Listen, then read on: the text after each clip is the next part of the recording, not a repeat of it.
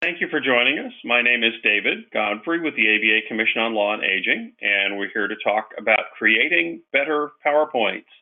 What we're looking at here is a presentation PowerPoint.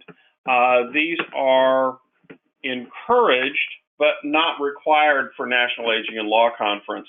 But it's important to remember that about 1/3 of adult learners are visually oriented, and the purpose of the PowerPoint is to serve as a visual aid, a reinforcement, and it makes a big difference in the learning experience for about 1/3 of the folks that are in your audience to have a presentation PowerPoint with you.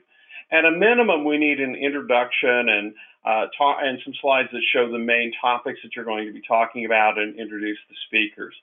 Please bring the PowerPoint files with you. Put them on a jump drive, or if you have a computer that you're comfortable using and traveling with, please bring it with you.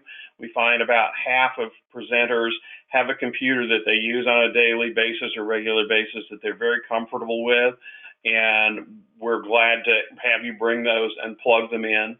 If you're bringing a Mac machine, please bring whatever adapter is necessary.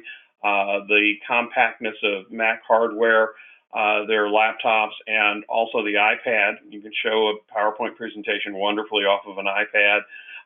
Because of the compactness of their hardware, they have unique plugins that then go adapt to an HDMI or other interface so that we can plug it into the projector.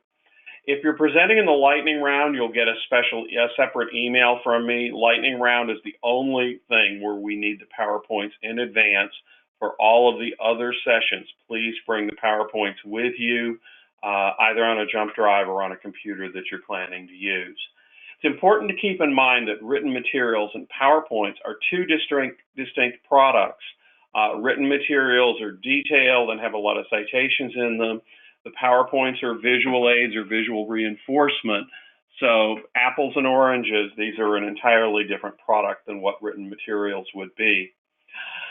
One of the things we want to do is avoid death by PowerPoint, and we do this by using more images and less text, focusing on one thing at a time, minimizing the number of bullet points, basically keeping the slides simple.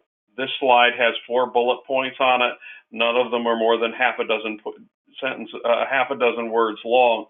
That's about the ideal, about the maximum you want to go to in slide content. Keep it simple so we avoid death by PowerPoint. There are 4 quick tips for more effective PowerPoints.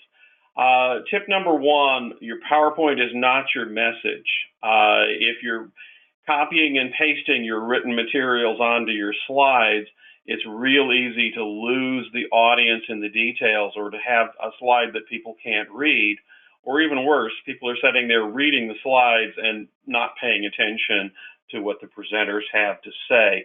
So here's an example of a PowerPoint slide that had a lot of detailed information on it. If I were going to remake that slide to reinforce the message, it'd say, healthcare power of attorney is state specific, and you need to make sure that you include special provisions for HIPAA releases. Put a little visual in there that tells a funny little joke. It'll help to reinforce that 1/3 of the audience or more that are visual learners about what HIPAA is and why it's important to incorporate into a healthcare power of attorney. So one is the first slide, which is a bad slide, is trying to be the message. The second slide is taking the information and using it simply to reinforce your message, which is what the purpose of the PowerPoint is. Second, use memory triggers. Use fewer words. Whatever you do, don't put enough words on the slide that you're tempted to read the slide like I'm reading this slide right now. If all I had was the dictionary excerpt there, it'd remind me as I'm seeing that slide, oh, I want to talk about putting fewer words on the slide. We want to talk about the importance of not reading the slide to the audience. They can read faster than you can say it. If you're doing that, you're losing some of the value in it, and some of the audience is going to zone out and sit there and look at their phone or start thinking about where they're going to lunch at.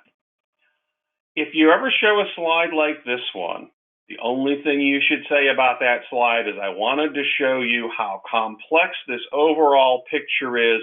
Now let's focus in on the details. Not like the presenter did that showed this one, and I was sitting in the front row, who said in line 7, column 3, you'll see, nobody can see it. I was sitting in the front row and I couldn't see it, let alone the people in the back of the room. Use graphics, images, and illustrations to reinforce your point. Graphics are a great way of presenting data or information. The funny little clip art makes it fun. Things like a beach full of alligators makes it memorable. People remember things. So use graphics, images, and illustrations. Tip number 4, allow 2 to 3 minutes per slide. 12 to 30 slides per hour is about the appropriate pace. When I see a PowerPoint come in for a 60-minute session and there's 75 slides and the slides have a lot of content on them, I know the panel is going to struggle to get through that material. Now, there are a handful of speakers out there. I know a law professor that does 180 to 240 slides an hour. He's changing slides every 20 to 30 seconds. His slides have large images or graphics and 1, 2, 3 words on them. I find him fascinating to watch. That many slides flashing through is disturbing and difficult for some members of the audience to watch. Personalize it, make it work. But a good rule of thumb is 2 to 5 minutes per slide, 30 slides or so for an hour program is about what most people are going to get through comfortably. Thank you. Please email me with any questions or concerns, david.godfrey@americanbar.org. We thank you for being a part of the National Aging and Law Conference, and we look forward to seeing you in October.